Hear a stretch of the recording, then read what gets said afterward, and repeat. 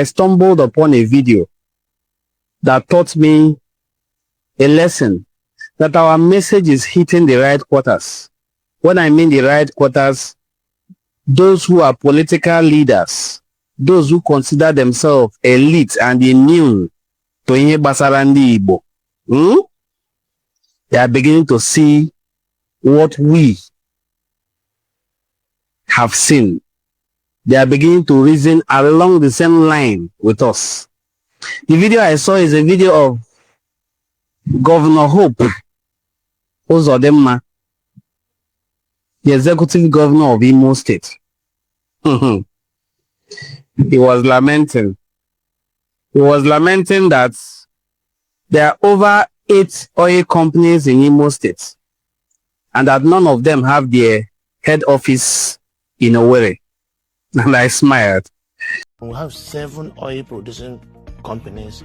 None has an office in Imo State.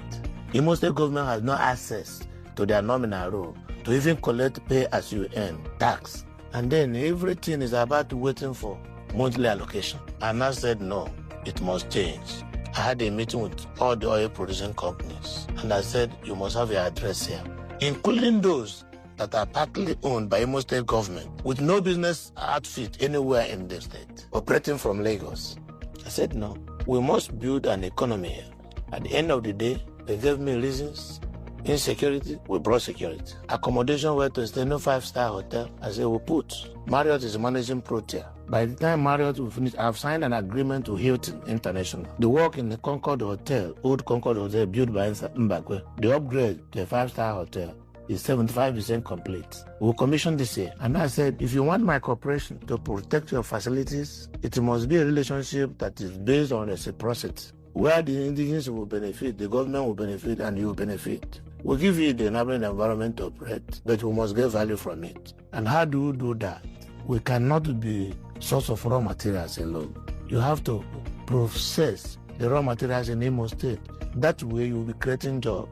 They all agree. As someone who has been in the oil and gas sector for a while, I work with Total E&P at the OML 58 upgrade project in Rivers State. I understood this problem firsthand. Also, as someone who is from Delta State, I have experienced this firsthand. Let me give you a little taste of what it is like. There's a football competition called Shell Cup. It is organized by Shell Petroleum Nigeria Limited. They play this football competition in Lagos. But Shell has its operational facilities in Delta, Rivers State, some parts of Imo, Bayelsa State, but their football competition organized by them is played in Lagos. Their head office, Lagos. They only have a Shell camp in Port Harcourt. That's where their staffs live. You want to look for their head office, you have to go down to Abuja or Lagos. That is how it is with many of the oil companies. This is some of the little complaints you see us talk about as ndị Igbo. They say, marginalization. It is nebu. You cannot have a giant oil and gas producing facility in Igbo. Your headquarters is in Lagos. Your football competition, your CSR, in fact, your taxes, Nagara Lagos State government. Manilo and Igbo ne oil and gas. It is very unfortunate. Now, I'm very happy, okay, that our governments are beginning to wake up. Beginning with the governor of Imo State. He's not somebody I like so much. But with the video of him that I saw this evening, the way he talked very intelligently, I was very, very pleased. That is how Nwafu Igbo should reason. He said he has discussed with all the oil companies. Return your headquarters to Imo State, to Owerri, at least. Then we can kick up discussion. Then a lot of them started giving excuses. You know, there is insecurity in the southeast. That is one thing that will tell you, an Igbo man. Insecurity na akwa na ani Igbo. Who are the people behind this insecurity? what is the motive? If Ali Bonine is in peace, you cannot even imagine the kind of development that will come to the southeast. What I've just mentioned is a little bit in the oil and gas sector. What about the maritime sector? If 100 containers dock in Tinkan port in Lagos, if 100 containers land there, be sure that 70 of them are going to Igbo land. That is a staggering number. Now, this is enough for us as Ndi Igbo to have our own seaport.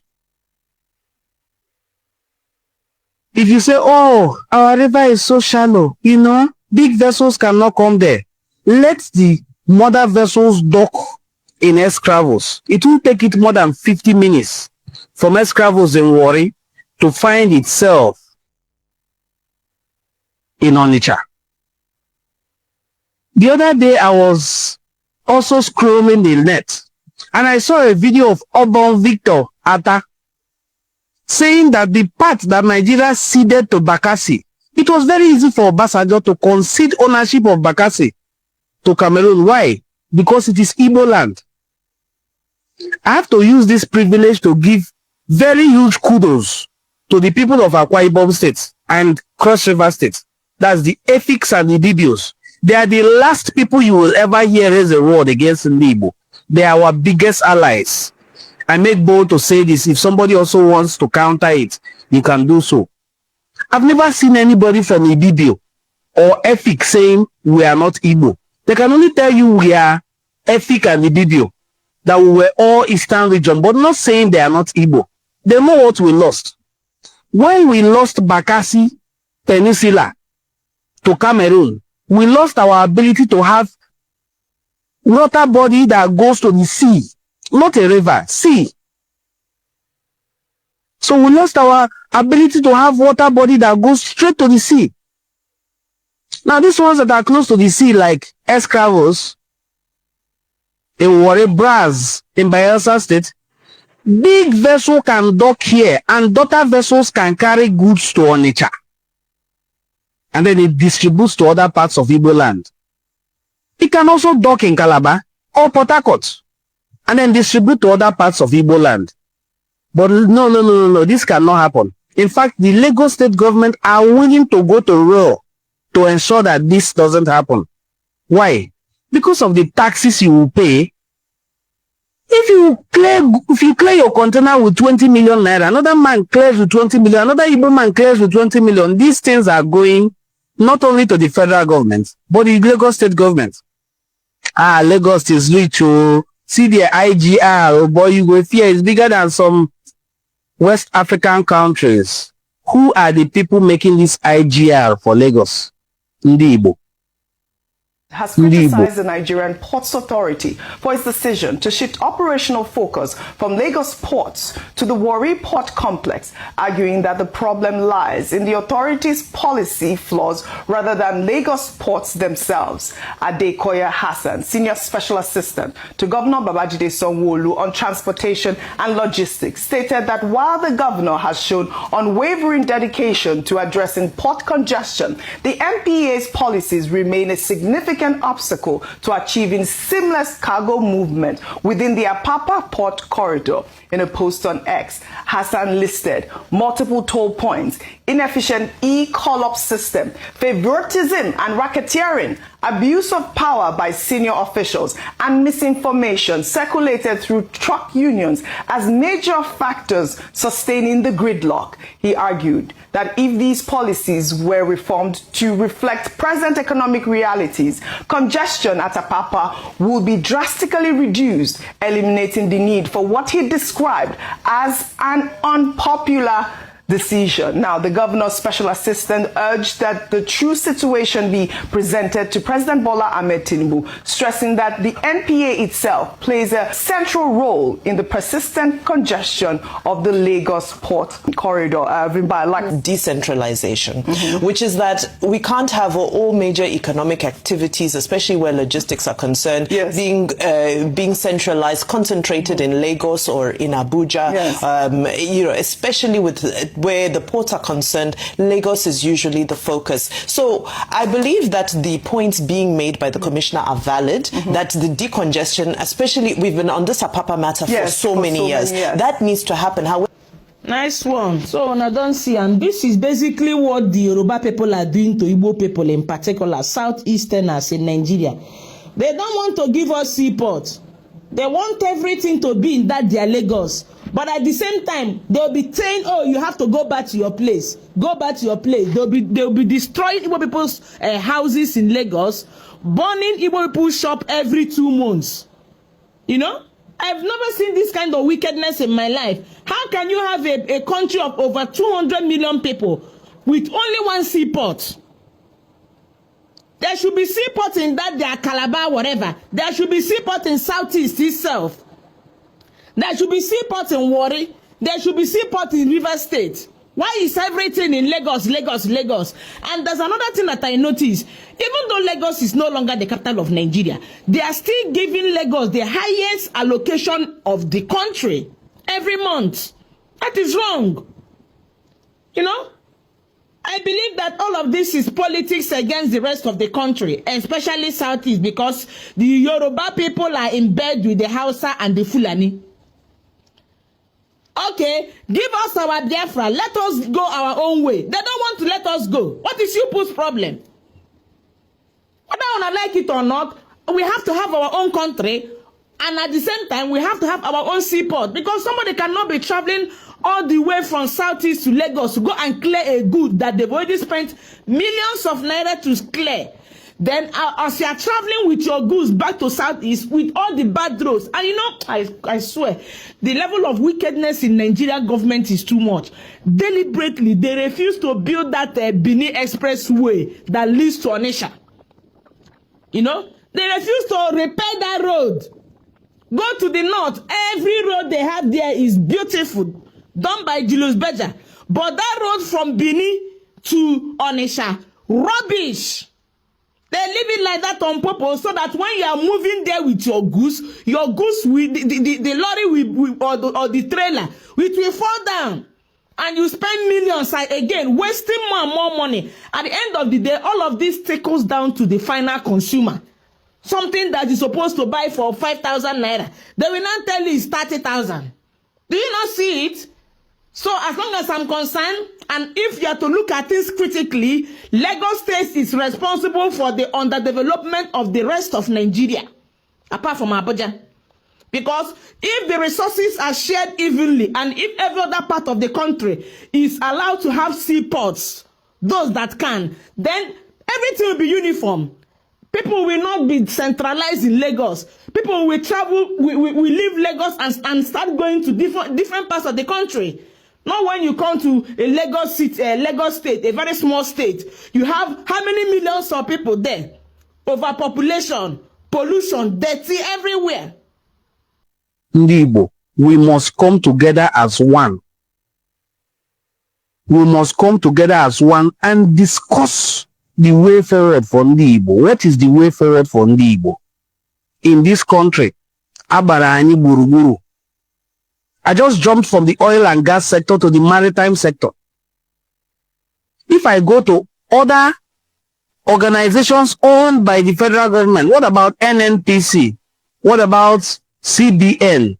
All other lucrative ministries that is owned by the federal government of Nigeria. You can never hear vacancy about them and they say recruit only Igbo into it. No, now. How can you recruit only Igbo?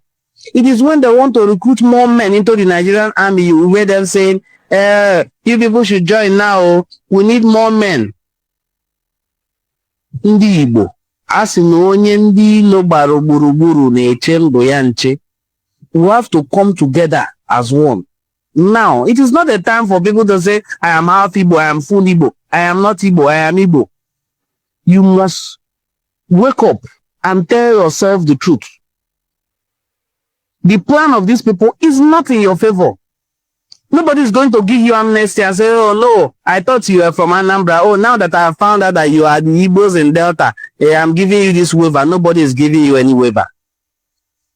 If ships were docking in Bayelsa, Brass, around Nende, and ships were docking in Escravos Warri.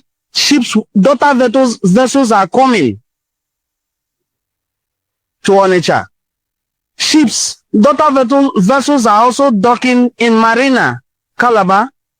These things will sprinkle down Igbo land. You won't have to now use tow truck and big vehicles, big trucks, rent them to convey your goods from Lagos down to Onitsha, spending another set of money, thereby reducing your profits. Ndi Igbo, let us come together and reason the way forward for our Igbo people. We are into business. We are business oriented. We know how can we do better so that our businesses can run better. How can we sit down and give these oil and gas companies that the Imo State governor was complaining about what is called indigenous slots?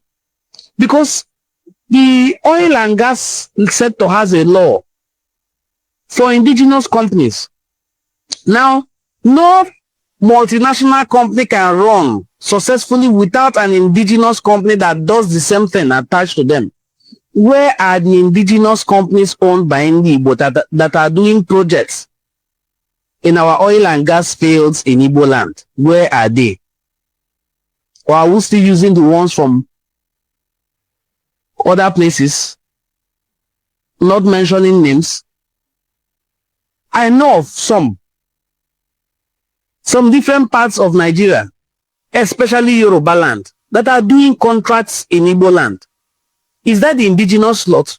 If it is indigenous because they are Nigerians, what happens to the people of Imo State?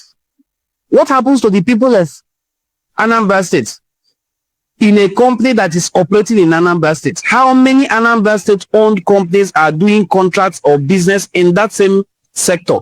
It is very important for us to know all these intricacies. Very important. I'm saying this as somebody who has worked in this field. If, for instance, Saipem is working in a particular oil field in Anambra, it should have an indigenous company attached to it because Saipem is owned by Italians. If you have Ponticelli or other companies that are foreign companies, they should have an indigenous company attached to them. And they're also bound to do CSR. Corporate social responsibility, it is not by force, but it is something you must have to do. You have to give back. You cannot be drilling oil in Igbo land. When it is time to do CSR, they say the company is organizing a talent show in Lagos. It's organizing a football competition in Lagos. It's organizing an entrepreneurship show in Abuja. That is not it. If we unite as a people, there is so much we have missed out on that we can recover. Our children are crying, there's no job, there's no job, there's no job. We are some of the most innovative people in the world. The sector where I worked when I was with Total, attached to a company called, let me not mention their name anyway, for privacy reasons. Now, if an item is imported from abroad and it has not been delivered, we could manufacture it in Nigeria here and present, and it will be accepted. There should be a sort of encouragement for such indigenous companies in Nigeria to grow, especially the ones in Igbo land. When I saw a governor lamenting, I said, yes, thank God our message is beginning to sink. We are not just talking because we like to talk or because we want to demonize our country. No. You are seriously being marginalized. How do you explain that you are drilling crude oil or you are drilling gas in Imo? Your headquarters is in Lagos. If somebody is to go for a test and be employed in your company, they will go for the test in Lagos, then be employed in Imo State, the oil field itself. It's wrong. Then you rent apartments in that Lagos, rent business areas. If you know what these people spend, let me give you an example. Because I've seen massive renovations going on in Imo Concord Hotel. If this Imo Concord Hotel is fully renovated and you are afraid that people may not be able to pay for accommodation there, one single oil company will pick up accommodation for a year. Let's say 50 rooms for a year, and they pay down for it. Is that not IGR going back to the Nimo state government? Consider if they were in Lagos. They will now be in Eko hotels and suits, white men dancing around, going for dinner, flying out and coming in. Where are they making this money? Imo. Where are they making this money? Ebonyi, Enugu. Because when we say natural resources, some people just think crude oil, gas. It doesn't end there. There are other things even more expensive than crude oil. But let us not go that deep. Let us just understand the periphery that if you are an oil and gas company, in fact, let me take this down to the grassroots. Let me tell youth leaders, if you are a youth leader watching this video or you later come across this video, I want to give you this wisdom. Sit down with your ESCOs. Take a list of all the companies in your community, whether it is pure water company, any kind of company you want to think about them. List them down. Write a letter to them. Find out how many of your indigenous people from that your community are employed in their staff role. You will be shocked. You will be shocked they have 0. Some you will be shocked that they have 2 or 3. Some are gate men. Now, the question you will pose to them by the time you finish looking at their employment list is this. Do we not have that manpower? They say you do, but your people don't want to apply. Or yeah, give us the vacancies and available positions. This is called MOU. Memorandum of Understanding that communities are supposed to enter with a company before they are established in your community. It is not fight. Don't go there and fight. Unless when they are proving stubborn. You can now apply the youth kind of activity by locking their gate. But as a youth president, you can generate jobs for your indigenes in your community by doing this simple thing. I'm telling you, you will be shocked that all the companies, none of them can provide you that they have 20% of your people working in their place. Unless the ones that are really very diligent. Some will import. Oh my God. I know some people will come for me here by saying, after all, we are all Igbos. Yes, we are all Igbos. Let me say, I am from Anambra State. I have a company in Enugu State. All my staff are my people from Anambra State, but they are earning money and working in Enugu State. It's wrong. I can bring my people, no doubt. But you have to help the indigenous community, the host community, to develop its own potentials.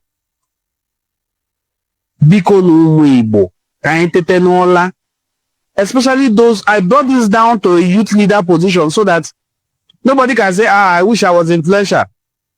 You may not be that influential, you may not be a governor. You are a youth leader, you can talk to your president. Let your president, the president of your youth association, talk to maybe the community development association president, maybe the councillors, maybe the council chairman, but let it be that companies established in your place, companies as little as pure water companies, give employment opportunities to your people. That way you will develop. If we started with that mindset, then something as big as oil company cannot come to my place. Go to Pakistan, or go to Philippines or India and pack people from there. I don't want to insult any of the staff because they are all called expatriates. Even if some of them know nothing, they will come to your community. They will earn salary in your community. Your own people are unemployed. And you're not asking any questions. Some of these youth leaders will collect small money from them and smile home. No. You're not building any legacy. Nobody will remember you for this. Nobody. Go to these companies and place a demand on them. If you are employing 50 people every year, I should have 15 slots. And they say, oh, 50 is too much. We'll give you 10. You agree on something, and then you go back home. Meet with your community people. Find out who are the people who are skilled to work in this sector. Give them jobs.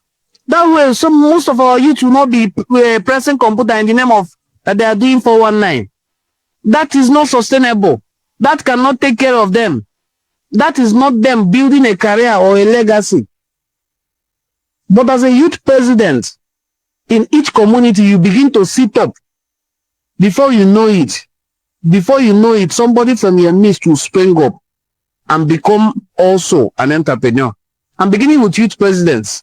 There are also community development association presidents, councillors, local government chairmen, who can sit up and ask important questions. These companies are in people's community. Some of these communities are heavily polluted. You may not know, because some of the pollutants are the ones that do not cause harm immediately. What they do is bioaccumulation. They will be accumulating in your system. They will be accumulating until the community begins to experience serious outbreak of diseases. Most times, terminal diseases.